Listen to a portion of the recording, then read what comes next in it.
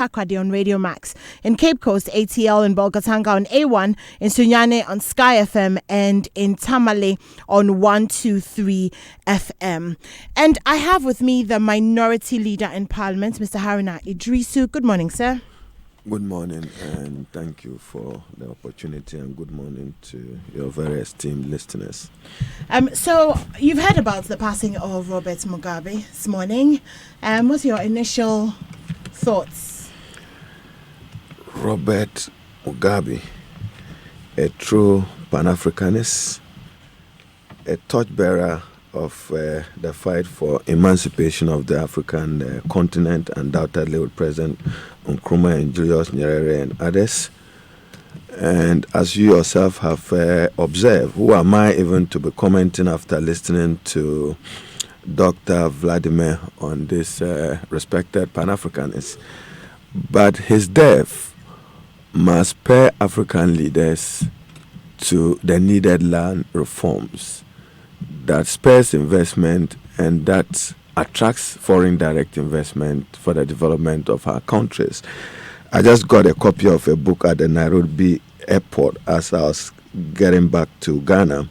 And if you permitted me, Mugabe on the land issue, I want to eulogize him with this quote when he said, "It makes absolute nonsense of our history as an African country that most of our arable and ranching land is still in the hands of our erstwhile colonizers, while the majority of our peasant communities still live like squatters in their God-given land."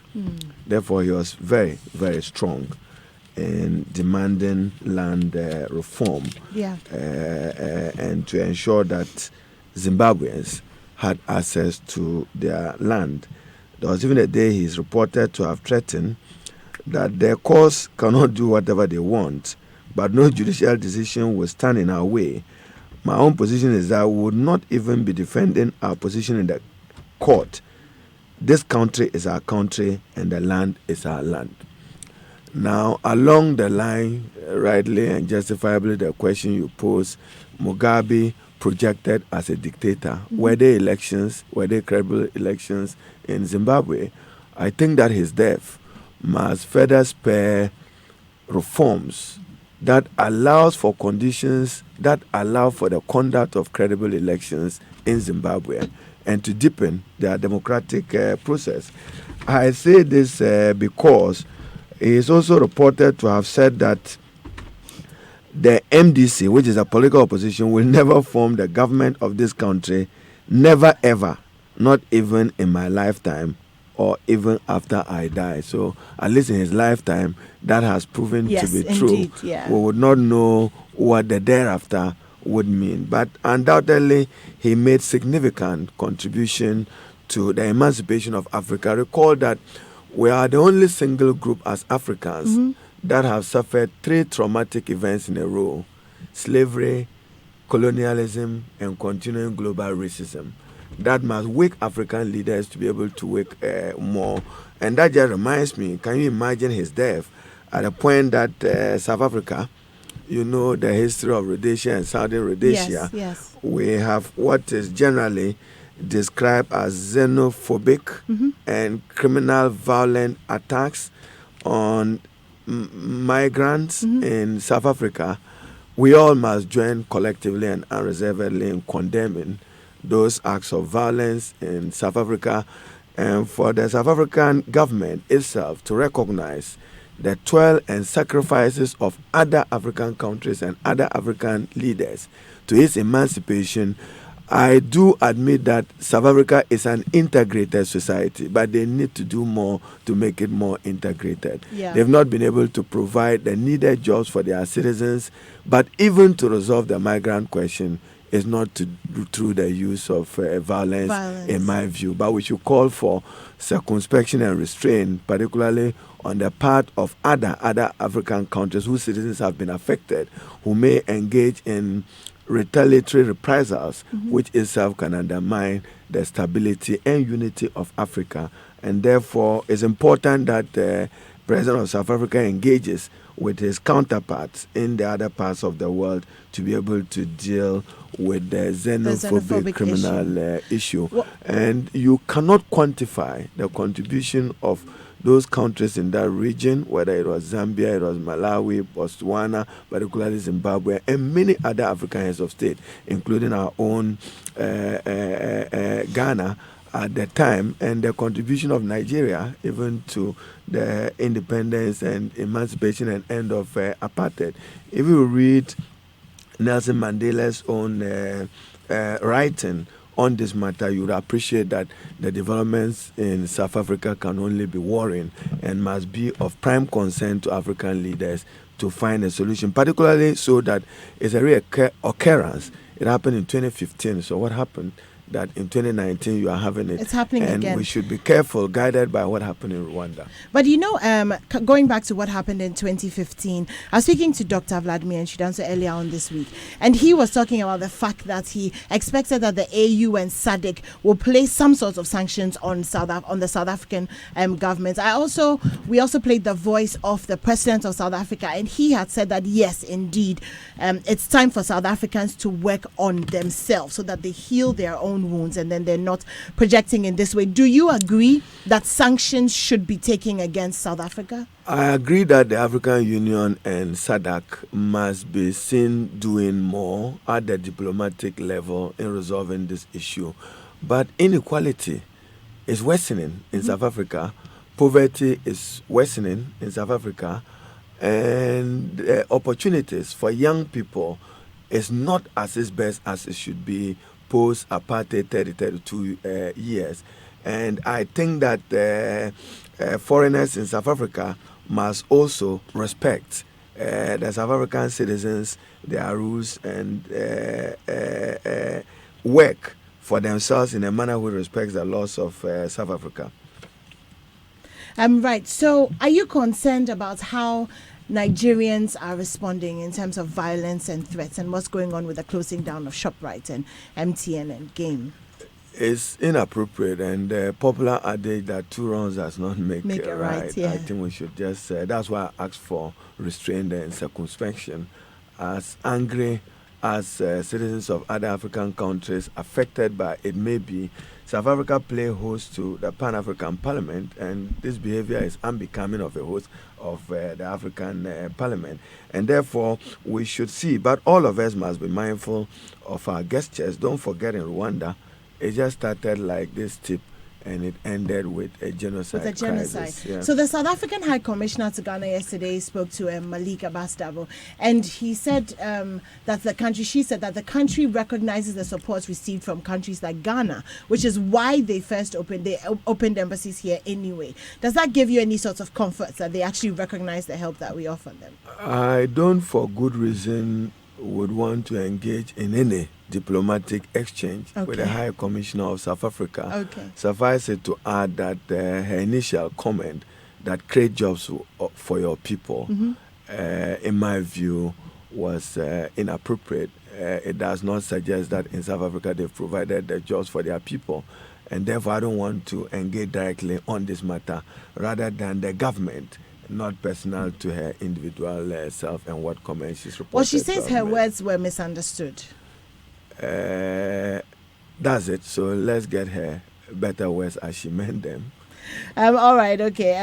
I'm moving on to PDS now, and do you agree with the initial suspension of the contracts, the July 30th suspension of the initial PDS contract? Do you think that was a good move, especially in light of what came out yesterday? When you have government officials describe a contract as fraudulent and attempt later on to find better ways to describe it laboriously and unsuccessfully, it tells you that there's more to it. Indeed, I must state for the record, and I would encourage you as journalists to look for the Hansard of the parliamentary debate to the PDS. I think 23rd July should have been the date. There is nothing that has been raised publicly today that the minority did not share it as a concern. We live in a country where there is we are redolent with suspicion and mistrust for the political minority, and sometimes the minority is ignored even as the truth vests or rests with them as a minority.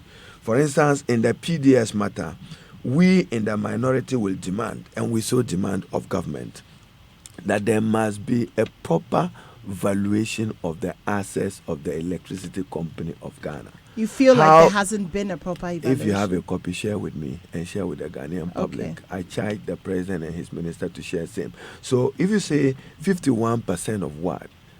0% of 100 is 0. So if you say 51% for Ghanaians, you must have 100%.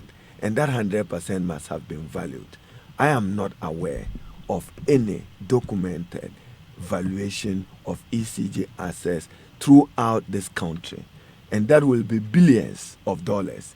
And therefore, you just don't bring this matter. We therefore welcome the independent investigation. I think that FTI have been named to conduct it. We have faith in them, because for most government inquiries, it will end up in a cover-up. But it's a ministerial committee. There is lack of public faith sometimes, even in Parliament as an institution, and it's inquiry. And I concede to those who say that they raise objection to it. So let's see what the FTI will do. But as a prelude to their work, we are demanding to know what the value of ECG assets are. Okay, so the argument is that the concessionaire process started with your government. So why was the evaluation not done? Indeed, at some point, some of its matters, particularly referring to the labor aspects of it, were referred to me as Minister for Employment and Labor by President John Dramani Mahama, because in the original agreement, and I had the privilege to be in the U.S. supporting President Mahama then when he signed, I think as part of the U.S. Africa Summit,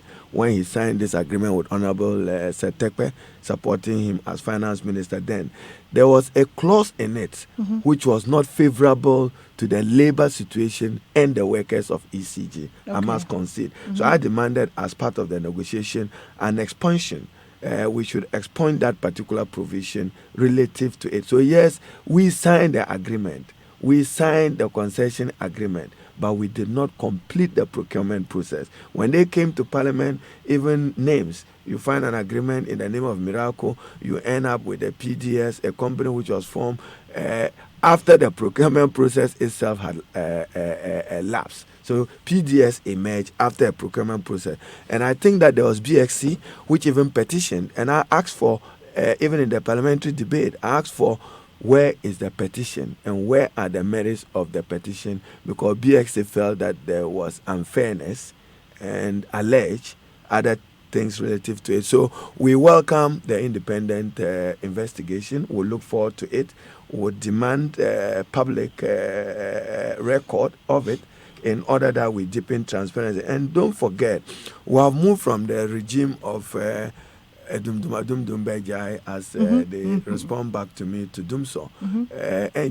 You may move to an era of pressure, and we should be working to avoid that, particularly when you don't deal with matters relating to energy sufficiency and its transmission and distribution in Ghana, and particularly for a core institution like the ECG. As we speak currently, government owes, and government owes big. With ECG, Gridco, and VRA, government should stop pretending and hiding the numbers. They must come public again with the Ghanaian public how much they are accumulating to the energy debt.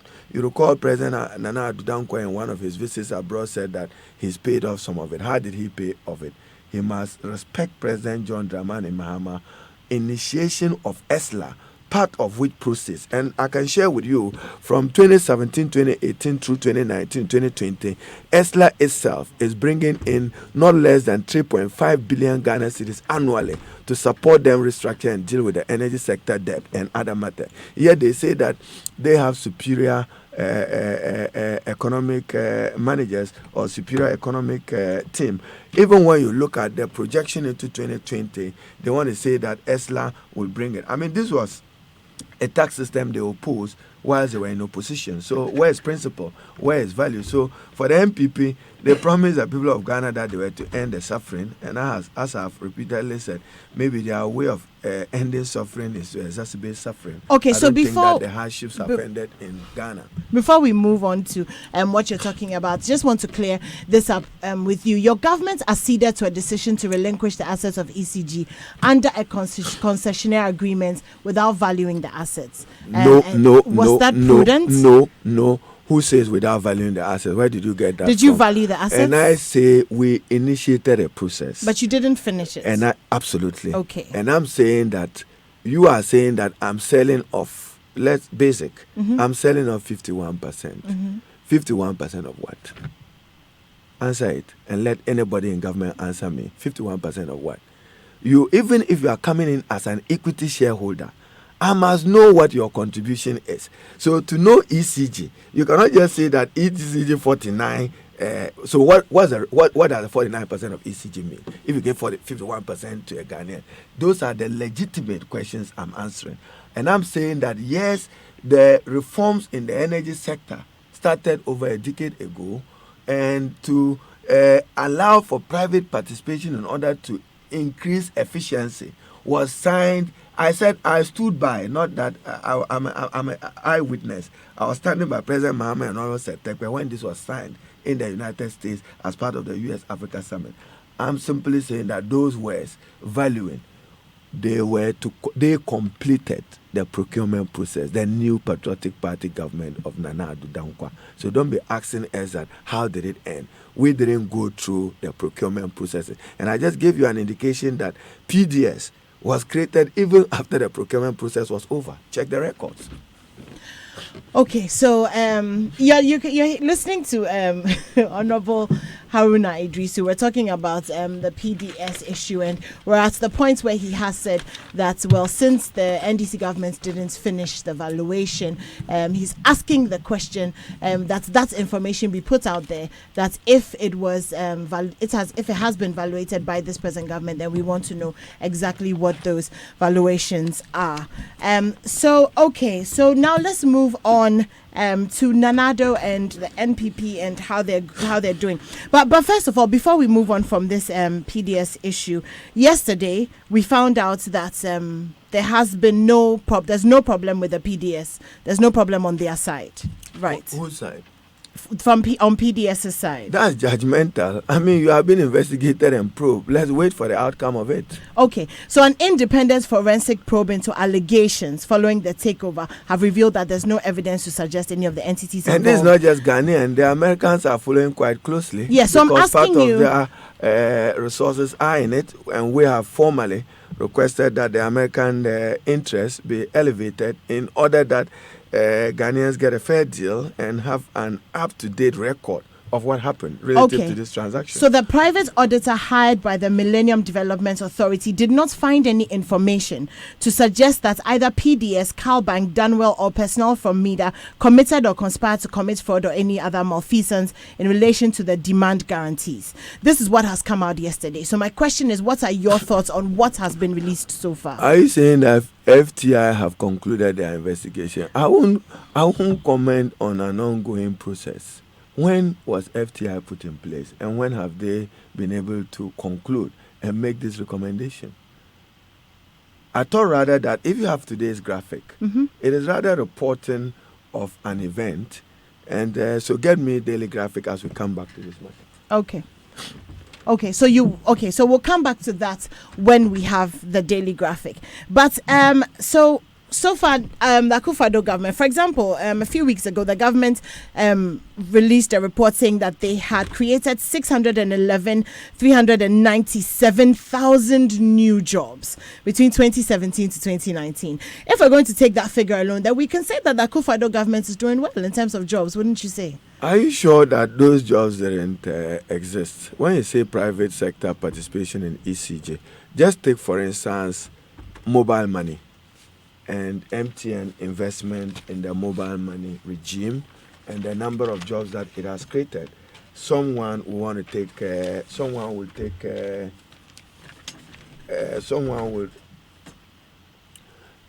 want to take credit for the jobs created by MTN with its own investment. Is that what you are doing? And they say that Nana Akufo-Addo is doing well. So now, okay, let me give you the breakdown of the jobs. Your own word. Let me give you the breakdown of the jobs. Hold it. Let me hold you to your word. Just a little while ago, you said NDC, you signed concessionaire agreement. will you associate NDC with the benefit of job creation?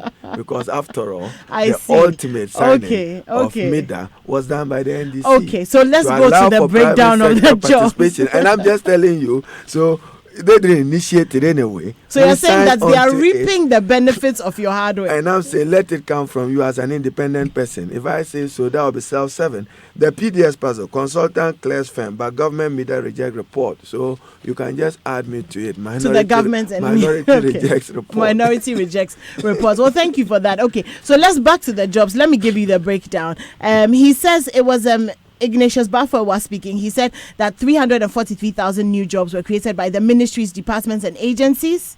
Planting for Food and Jobs also brought a certain number. The formal private sector brought 267,000, and the figures continue. So from what we're saying, it appears as though these are new jobs that have been created.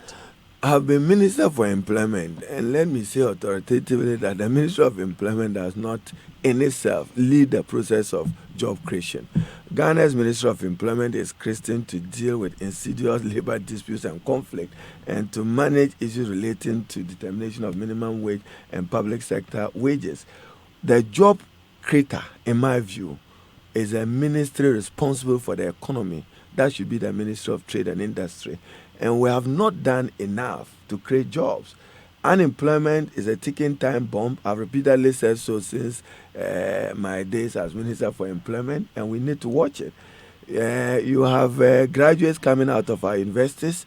Less than 10-20% of them are short of jobs. That's a disincentive even to invest in education. Mm-hmm. But I share the view that a literate population is always a better population in terms of its contribution to the development of the country.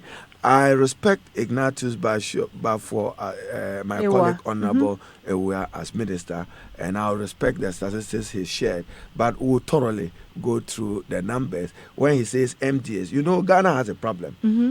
When he says formal sector, you go into, compare the labor strength of Ghana to La Côte d'Ivoire, and a journalist must take interest in it. They are not the same. Yeah. That's why Ivory Coast, after a 10-year war, can be doing better in its economy. And you've repeatedly heard finance ministers from the late Baweredu of blessed memory through Dr. Yao Safumafu, through Sir Tekpe, through Honorable Kwame Pepper and Dufo, talk about the compensation challenge of the budget. We have not dealt with it. When you add on numbers to your compensation budget, you have an economy like Ghana today with 680,000 workers. That is not sustainable, and that will not allow you to have resources to finance development of the economy. So you have three rigidities the Ministry of Finance called them: compensation, statutory financing, and debt servicing. Take a chunk of Ghana's resources. Yeah. That's why there's less to create jobs. I don't think that I've just trampled on a paper I'm probing. Mm-hmm. I won't share it with you yet. This is how much money government gave out to private sector people in the name of Ghana Exim. It runs into millions and millions of Ghana cedis. I'm sure if I do the computation, I would get close to about 311 million Ghana cedis. Let me go back to what has been amount disbursed.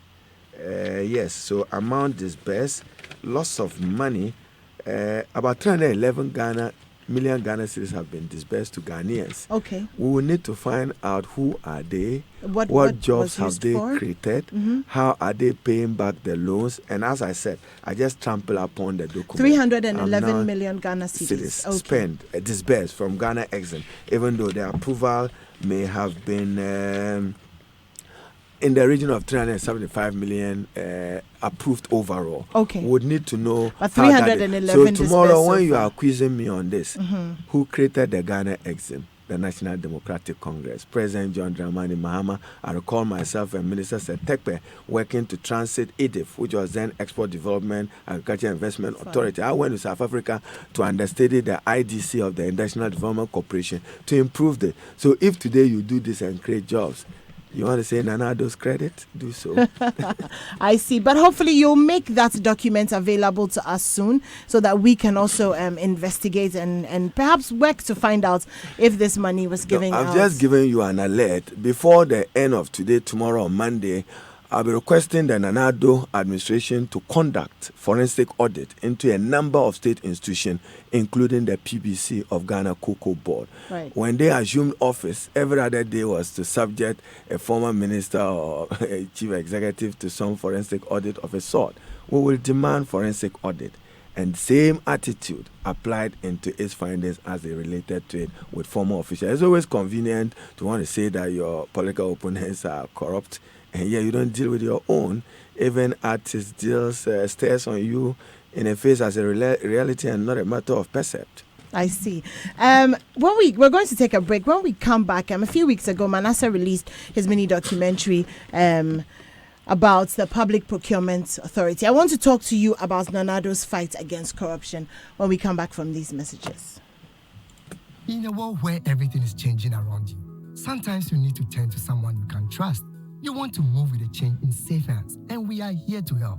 At Societe Generale Ghana, we understand change because we have transformed and evolved. No matter how our name may change, 43 years of retail and corporate banking expertise never changes, ensuring stability and trust. Digital innovation as the world moves forward to help you adapt, upgrade, and keep up. Bank with Societe Generale Ghana and enjoy doing your banking your way, whenever you choose. In our digital zones with cutting-edge digital banking products and quality services, you deserve a better bank and great rewards. We agree, the world only moves because you make it move. SG Ghana, the future is you. It's not enough that your phone is like a PC in the palm of your hands. It should be super powerful and run like the fastest of PCs and allow you to multitask. It's not enough that your phone battery is better than most. It should be super powerful with fast charging. It's not enough that your phone's display is high quality. It should be the best. Your own movie studio with a cinematic infinity display screen. Introducing the next level power phone for power achievers. The new Galaxy Note 10 and 10 Plus with an intelligent S Pen that turns handwriting into text instantly and a 30-minute charge to last all day. That's next level power in your hands. Buy now and get a 100% broken screen repair discount valid now till 31st December 2019. Terms and conditions apply.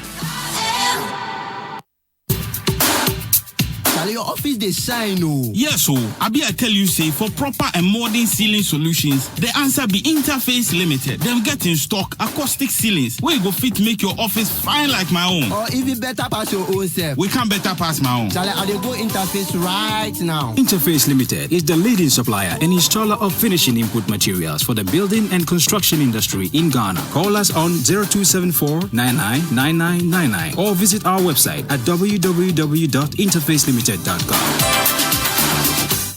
King of my heart, my one and only. You've been working hard, though.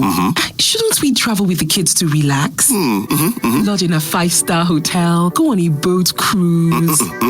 Don't worry. With Visa, we can get amazing discounts on summer treats, tickets, and tours in UK, Dubai, and USA. Where's that flyer, Seth?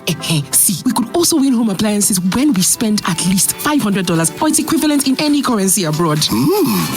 Offer open to all Visa card holders till the 13th of September 2019. Visit africa.visa.com for more offers. Ask your bank for an instant Visa card today. Terms and conditions apply. Visa, everywhere you want to be. So with this promo, we can win some home appliances and I can finally have my peace. From importers to exporters, direct to indirect workers, you and I, the MPS Terminal 3 is great news to us all. As a trader, doing business at the port has become easy. The machines are very modern and clearing goods has become very fast. As a port worker, it is a great joy to be part of over 1,000 Ghanaians working here. This new facility means a lot to us. As a cocoa farmer, I have more markets to export my products. The entire world can now taste my cocoa, bringing me and my family more income. The MPS Terminal 3 is a game changer.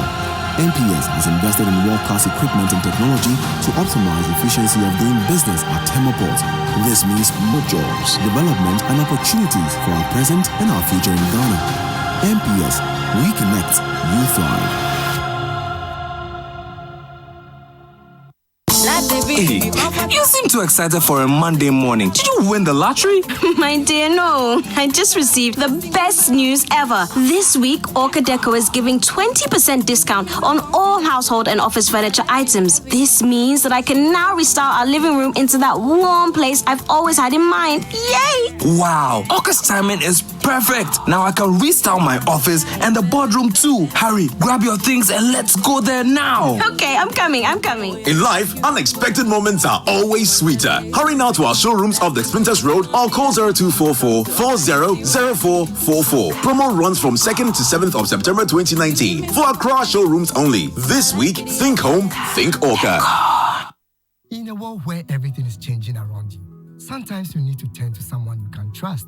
You want to move with a change in safe hands, and we are here to help. At Societe Generale Ghana, we understand change because we have transformed and evolved. No matter how our name may change, 43 years of retail and corporate banking expertise never changes, ensuring stability and trust. Digital innovation as the world moves forward to help you adapt, upgrade, and keep up. Bank with Societe Generale Ghana and enjoy doing your banking your way, whenever you choose. In our digital zones with cutting-edge digital banking products and quality services, you deserve a better bank and great rewards. We agree, the world only moves because you make it move. SG Ghana, the future is you. Coffee in your cup and joy on the set. The Super Morning Show is always the best bet on Joy 99.7 FM.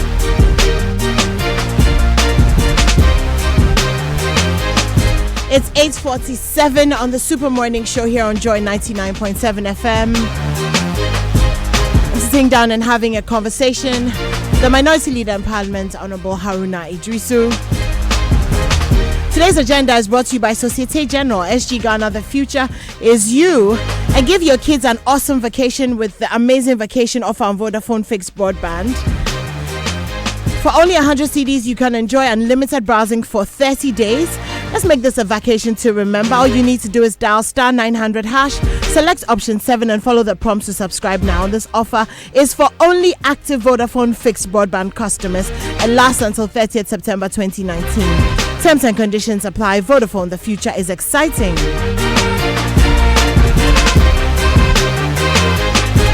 And it's back to school time. There's good news for parents, guardians and students. Prospectus Ghana Limited offers you a one-stop shop for all the items on your child's prospectus. And what's amazing, they are highly affordable. Credit is available for everyone, including workers from the formal and informal sector. You can locate Prospectus Ghana on the Graphic Road opposite Toyota Ghana and adjacent Honda. The website is www.prospectusghana.com. You can call them on 0302 955 050 or 0302 955 030. Send an email or follow them on Facebook, Twitter, Instagram at Prospectus Ghana. If it's about school admission, then Prospectus Ghana is a place to shop. And I'm coming back to you, sir. You wanted to clarify something about the EXIM. Yes, Ghana EXIM. From my record, I taxed my ranking member for trade and industry, particularly the deputy ranking, the Honorable Yusuf member for Bwale. We have disbursement of up to 590 million out of an approved 1.5 million.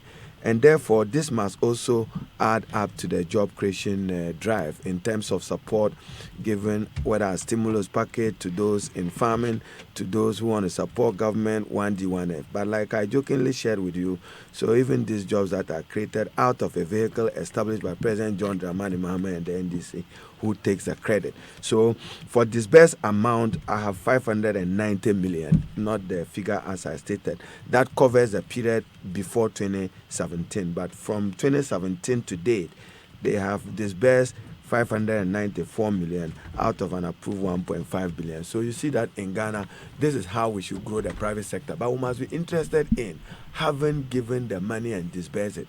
How much jobs have they created? How much have they contributed to our export regime? And how much are they contributing even to the stabilization of our foreign currency relative to how much foreign exchange they are bringing to the economy? Now, you raise the issue of Manasseh. Yes. He has my pen, a very thorough, diligent journalist. I've had my stint with him with his investigation. Undoubtedly, he unravels some very significant revelations relative to the handling of the youth employment thing. And I should give him one credit. If you take the Youth Employment Act that I had the privilege to shepherd in Parliament, we took into consideration many of the malice he exposed in his initial expose on the subject in order to tighten through legislation. Hitherto, there was even no law justify disbursement to youth employment and what they did with the money, but guided by it. I survived it because I protected myself with the law, and he's raised matters relative to public procurement. We are following closely development relative to the Chief Executive and Deputy Chief Executive of National Youth Authority. President Nana Addo Dankwa, in my view, have lost it. He's squandered an enormous goodwill and faith that governance in a thunderous way by way of the 2016 election, and trusted him to govern, trusting that he would deal with it. The problem with corruption is that you are always unable to deal with your own. And I have repeatedly said that legislation is not enough. We are monitoring closely those things. And as I have said, there are a number of institutions. Let me conclude on this note. And I should thank you for this morning. You know, in Ghana, we all play to the gallery most of the time. Mm-hmm. There is a problem. And the problem is rooted in Article 195 of the Constitution, which vests the power to appoint chief executives of many of these institutions in the present. Yeah. But for better corporate governance, this power is better exercised by a board of directors. So when you have board of directors who have no clue what goes on into who becomes a CEO, it will engender conflict. You cannot resolve it today. There's a lot which has already gone on in the insidious conflict between Nana Addo Dankwa's appointed chair of boards and their chief executive, and their inability to coexist. It will be revealing when we strike as a minority with our record. But in saying this, just before you go, in saying this, are you saying that when and if John Mahama comes back, some of these things will be done differently? Yes. President Mahama will vest the power for appointment of until you amend the Constitution. Mm-hmm. He's still called to respect the Constitution and the laws of Ghana. But upon hindsight, we've developed a paper for him on this matter, which is carefully stated, and that will be part of his manifesto into 2021. And I think that the MPP government must be struck with a admonition that they've lost it. Let's look forward to 2021. Gone are the days when they didn't have a record. Now the Ghanaian public can compare our record to their record. And you're sure it will be in your favor. And let me just end on this matter, on the economy. You know, fiscal deficit, they say they are doing so well in the performance of the economy. If you look at the budget of 2019 and look at the mid-year review and go to the appendix, the minister came to adjust the fiscal deficit from 3.9% to 4.5% on the assumption that he spent 9 to 11 billion on the banking sector crisis. I'm demanding that the Bank of Ghana provides clarity on how much was spent on the cleaning up of the banking sector and how much was spent on the financing of the banking sector. They are not the same. Are we talking of just 9, 11 billion on a clean up, or with additional financing, you are talking of 21 billion? And my worry is that if you take the mid-year review in the appendix, the minister adjusts the fiscal deficit from 3.9% to 4.5%. Without including the expenditure on the banking cleanup. Okay. If you add up that may give you a deficit of up to 7%. Okay. So the Minister of Finance must be prepared. We'll hold him under the Fiscal Responsibility Act. Well, it looks like you've given him a heads up this morning. There may be a motion of censure on him, which is incorporated in the law. Okay, last thing before you go, when can we expect a running mate to be announced? The president is consulting with the structures and consultation. It has kept long. It certainly will come before end of year, and then we could start. I think that we have set the tone with the conduct of successful parliamentary primaries. We've determined many of our candidates. As minority leader, I look forward to President Mahama governing with a majority in Parliament. I've lost a few of my fine, dedicated, diligent members of Parliament. And it saddens me that the Honorable Yilechire may not be coming. He's one of my quiet legal advisors when it comes to legislative drafting. Next to him is Honorable Inus Afuseni, undoubtedly a brilliant lawyer who understands the nitty-gritty of legislation. But thankfully, there are a few young ones who have taken interest in those matters. And to keep the cohesion of my group, I can't go on mentioning names. Of course. Honorable Amoate is not coming. So we've set the tone.